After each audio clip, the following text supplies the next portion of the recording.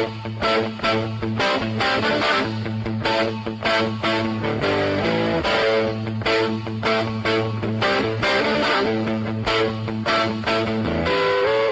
back to The Price of Business. I'm your host, Kevin Price, talking to you about you and your business. We want to mention, of course, our national television program on the Biz TV network. Over 38 million homes nationwide. You make sure you check out my interviews there. Some of my recent ones included U.S. Senator Rand Paul. You can check that out. It's archived over there. Really one of his longest interviews he's given in quite some time. Plus, my interview with Robert Kiyosaki, author of Rich Dad, Poor Dad, one of the biggest selling business books, finance books of all times. Make sure you check that out. This next guest, I'm really excited about. Her name is Sandra Finch, and I'm telling you, I saw her story, and I was just taken aback by it. It's an extraordinary story that I thought our audience needed to become aware of. And Sandra, I'm really delighted to have you on the program today. How are you? I'm great. How are you? Very good.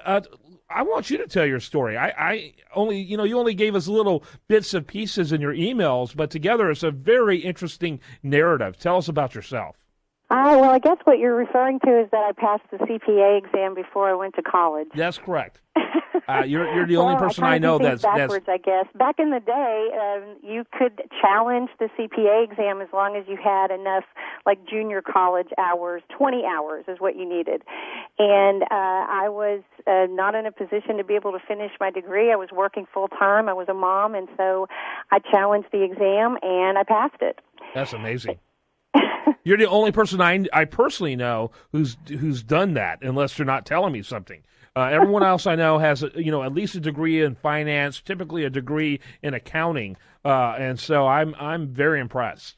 Oh, well, thank you. So tell me why you ended up doing it this way. Well, I mean, basically, it was because of time constraints. I was a mom, and I was working full time, and I didn't have the time to go to school, and so I was working in the field. However, I had a job as a bookkeeper at a dentist's office.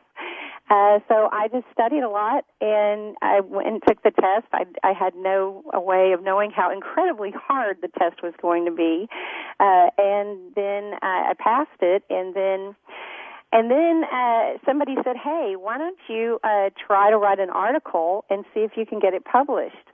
And so I wrote an article about the alternative minimum tax credit, which sounds kind of boring, but it had just come out, and I knew how it worked, and I thought other people might like to know, so I wrote it and sent it in to the Practical Accountant, and they accepted it for publication. Fantastic. Which is one of the most prestigious journals in your field, so that says a lot. It was pretty amazing. Yeah, it's an amazing story. Talk a little bit about your real passion, though. You're really into the idea of educating people, and I think this is so important when you have a CPA that you don't merely have. I think some people treat their professionals, their CPAs, their attorneys, etc., almost like a higher power. These people work in a different universe than me, and they need to take care of this. I think it's really important for people to have an engaged relationship with their professionals and be able to be well informed by what they're doing and what's going on. And because of what you do, in your background, you ended up getting a degree in education. Is that correct? Yes, I did. When I finally went back to college, which was when my first child went to college, I went into the business department, and they said, well, if you're going to come here, you're going to have to start all over again. I had already had a practice for 15 years before I went back in. And so I said, well, no, is there anything else I can do? And they said, well, you can take your knowledge base and you can go over to the College of Technology and you can get a degree in adult education, but who wants that?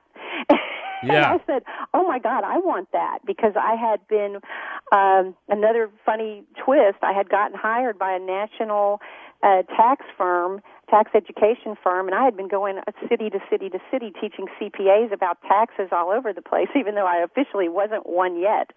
And so I said, sure, let's do that. And so I ended up with that degree, and I ended up teaching at junior colleges and just writing a couple of courses for some of the associations and being the keynote speaker on some tax topics in estates and trusts and just business taxation. So, Yeah, it's been kind of a funny thing, but it comes in handy with the clients now because you don't want a client that's not educated. You want them to be as educated as possible and as up-to-date as possible on their books. What's going on right now with their books? What do they want to see this year? What are their goals for the year? And then how are we going to mitigate that tax-wise and give them a laundry list of the possible things they could do and let them make that choice. Yeah, we want the savvy, educated, sophisticated client. And your education empowers you to be able to empower them.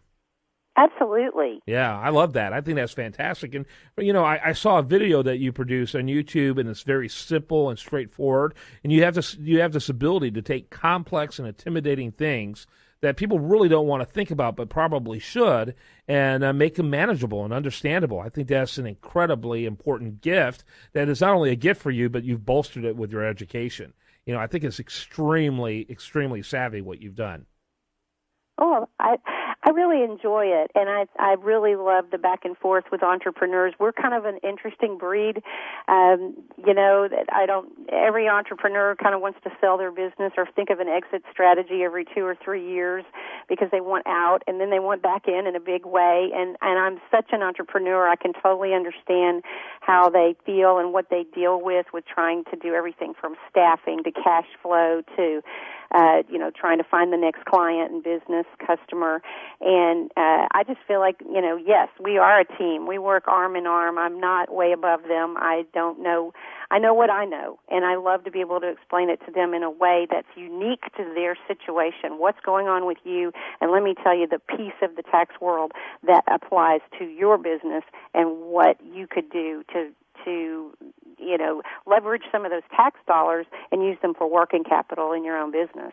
Sandra, we're running out of time, and we just got really caught up in your story, but I think it's such a great one. It's Finch, Finch, CPAfirm.com is the way to get more information. Finch, CPAfirm.com. Sandra Finch is our guest, and in the future, I hope we can get you back on. You've got some great topics that I think our audience needs to hear. Absolutely. I'd love to be back on. All right. You did a great job. Again, Sandra Finch, make sure you check her out.